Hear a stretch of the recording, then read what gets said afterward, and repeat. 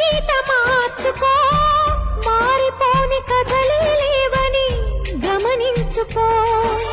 తోచినట్టుగా అందరి రాతను బ్రహ్మే రాస్తాడు, నచ్చినట్టుగా నీ తల రాతను నువ్వే రాయాలి. నీ ధైర్యాన్ని దర్శించి దైవాలే తలదించగా, నీ అడుగుల్లో గుడి కట్టి స్వర్గాలే తరలించగా, నీ సంకల్పానికి ఆ విధి సైతం చేతులెత్తాలి.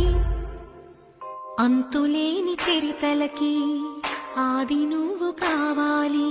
మౌనంగానే ఎదగమని మొక్క నీకు చెబుతుంది, ఎదిగిన కొద్దీ ఒదగమని అర్థం.